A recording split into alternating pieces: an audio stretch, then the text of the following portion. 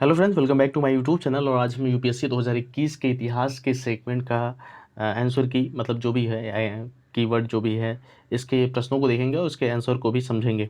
ठीक है, क्या आंसर हो सकता है। तो जो पहला क्वेश्चन मैं पढ़ रहा हूँ, पुर्तगाली लेखक नूनीज के अनुसार विजयनगर साम्राज्य में महिलाएं निम्नलिखित में से किन क्षेत्रों में निपुण थी।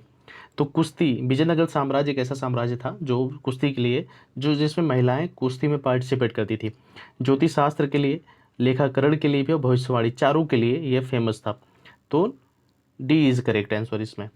फिर अगला क्वेश्चन जो है कि निम्नलिखित युग्मों में से विचार कीजिए, ऐतिहासिक स्थान दिया गया, ख्यात का कारण क्या है। बुलझोम जो है नौपाषाणी का स्थल है, शैलकृत देव मंदिर यहाँ पे तो नहीं था, तो पहला आप एलिमिनेट कर सकते हैं। दूसरा है चंद्र केतुगढ़, ये है पश्चिम बंगाल में स्थित है और टेरिकोटा कला के लिए प्रसिद्ध है, ये दो इज करेक्ट। तीसरा है ये गणेश्वर, गणेश्वर ताम्र कलाकृतियाँ हैं।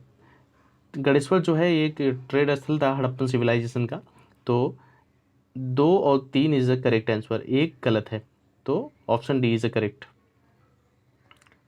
नेक्स्ट क्वेश्चन इज इल्तुतमिश के शासनकाल में चंगेज खान भगोड़े ख्वारिज्म युवराज की खोज में सिंधु नदी तट तक पहुंचा था।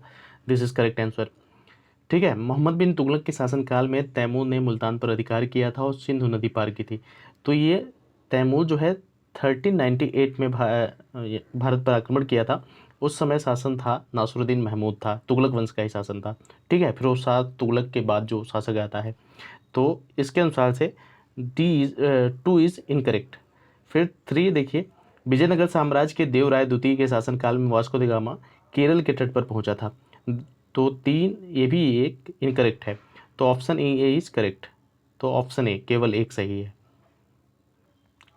नेक्स्ट क्वेश्चन इज, पहला जो है ओके, संत फ्रांसिस जेवियर जेसुइट संघ ऑर्डर के संस्थापक सदस्यों में से एक थे।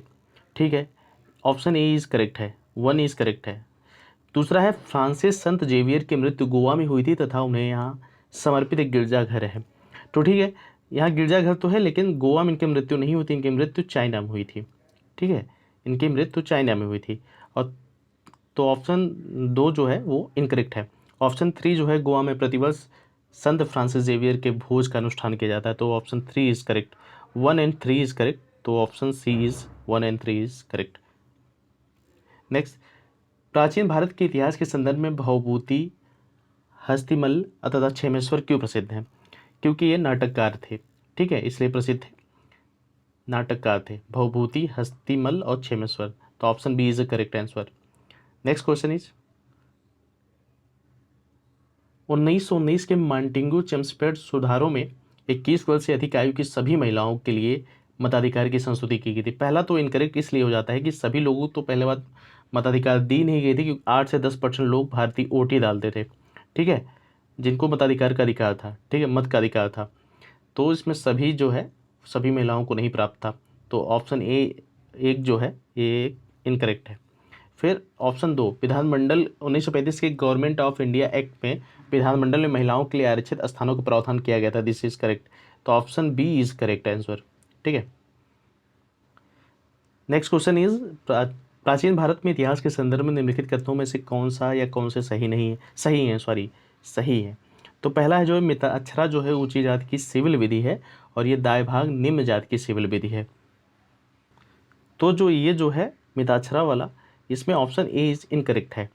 तो दूसरी जो है दूसरा वाक्य पढ़ते हैं, मिताक्षरा व्यवस्था में पुत्र अपने पिता के जीवन काल में संपत्ति पर अधिकार का दावा कर सकते थे, जबकि दाय भाग व्यवस्था में पिता की मृत्यु के उपरांत ही पुत्र संपत्ति पर अधिकार का दावा कर सकता था। तीसरा है, मिताक्षरा व्यवस्था की किसी परिवार के केवल पुरुष सदस्यों के संपत्ति संबंधी मामलों पर विचार करती है, जबकि दायभाग व्यवस्था किसी परिवार के पुरुष व महिला सदस्यों दोनों के संपत्ति संबंधी मामलों पर विचार करती है। तो 3 इज इनकरेक्ट है, तो option 2 is correct answer. Mitakshara व्यवस्था में पुत्र अपने पिता के जीवन काल में ही संपत्ति पर अधिकार का दावा कर सकते थे, जबकि दायभाग व्यवस्था में पिता की मृत्यु के उपरांत ही पुत्र संपत्ति पर अधिकार का दावा कर सकते हैं। नेक्स्ट क्वेश्चन इज, मुरैना के समीप स्थित 64 योगिनी मंदिर के संदर्भ में निम्नलिखित कथनों पर विचार कीजिए। पहला कि एक कच्छप घात राजवंश के शासनकाल में निर्मित एक वृत्ताकार मंदिर है। This is correct answer. और नेक्स्ट, यह भारत में निर्मित एकमात्र वृत्ताकार मंदिर है, एकमात्र एकमात्र नहीं है, बहुत सारे मंदिर हैं जो वृत्ताकार हैं। इसका उद्देश्य इस क्षेत्र में वैष्णव पूजा पद्धति को प्रोत्साहन देना था। और चौथा जो है, इसके डिजाइन से लोकप्रिय धारणा बनी कि यह भारतीय संसद भवन के लिए प्रेरणा स्रोत रहा। तो जो गोलाकार है भारतीय संसद का आकार, वो इसी के कारण है, इसी से इंस्पिरेशन लिया गया था यहाँ से। तो 1 और 4 करेक्ट आंसर है। तो यहाँ पे आप देख सकते हैं ऑप्शन में जाकर, option C is a correct answer. ठीक, नेक्स्ट क्वेश्चन बढ़ते हैं। 17वीं शताब्दी के पहले चतुर्थांश में, यहाँ पर देखिए बहुत ही ध्यान से यहाँ पढ़ना होगा। 17वीं शताब्दी के पहले चतुर्थांश में निम्नलिखित में से कहाँ इंग्लिश ईस्ट इंडिया कंपनी का कारखाना स्थित थे? तो देखिए यहाँ पे चिकागो, तिरुचिरापल्ली और भरूच जो है इस पीरियड में स्थापित किया गया था, जबकि चिकागो और तिरुचिरापल्ली का 1800 के बाद स्थापित किए गए हैं। तो ये 2 ऑप्शन इज इनकरेक्ट है, 2 3 इनकरेक्ट है, केवल 1 option A is correct answer. Next question की तरफ चलते हैं। निम्नलिखित में से कौन सा प्राचीन नगर अपने उन्नत जल संचयन और प्रबंधन प्रणाली के लिए सुप्रसिद्ध है, जहां बांधों की श्रृंखला का निर्माण किया गया था और संबंध जलाशयों में नहर के माध्यम से जल को प्रवाहित किया गया था? तो धौलावीराय गुजरात में है, और ये हड़प्पन सिविलाइजेशन का एक महत्वपूर्ण स्थल था। और ये इसलिए इसका नाम आया क्योंकि अभी हाल ही में यूनेस्को द्वारा विश्व विरासत स्थल में इसको सूचीबद्ध किया गया है। तो ठीक है, करंट से भी रिलेटेड है और हिस्ट्री को भी इसने कवर किया है। अब नेक्स्ट क्वेश्चन की तरफ बढ़ते हैं। तो 34 जो क्वेश्चन है इसमें, गुप्त वंश के पतन से लेकर आरंभिक 7वीं शताब्दी में हर्षवर्धन के उत्थान तक उत्तर भारत में निम्नलिखित में से किन राज्यों का शासन था?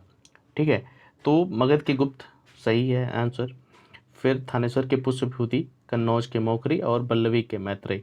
तो option B is a correct answer. ये रहे सारे इतिहास के प्रश्नों के उत्तर। अगर आपको किसी भी उत्तर में संदेह हो तो प्लीज़ आप कमेंट बॉक्स में कमेंट कर सकते हैं, उसको फिर से मैं इम्प्रूव करूँगा। तो दोस्तों बहुत बहुत धन्यवाद वीडियो देखने के लिए। अगली वीडियो फिर आ रही है, पॉलिटिकल साइंस और इकोनॉमी की तुरंत आ रही है, आप लोग देख लीजिएगा, अपने प्रश्नों को मिला लीजिएगा।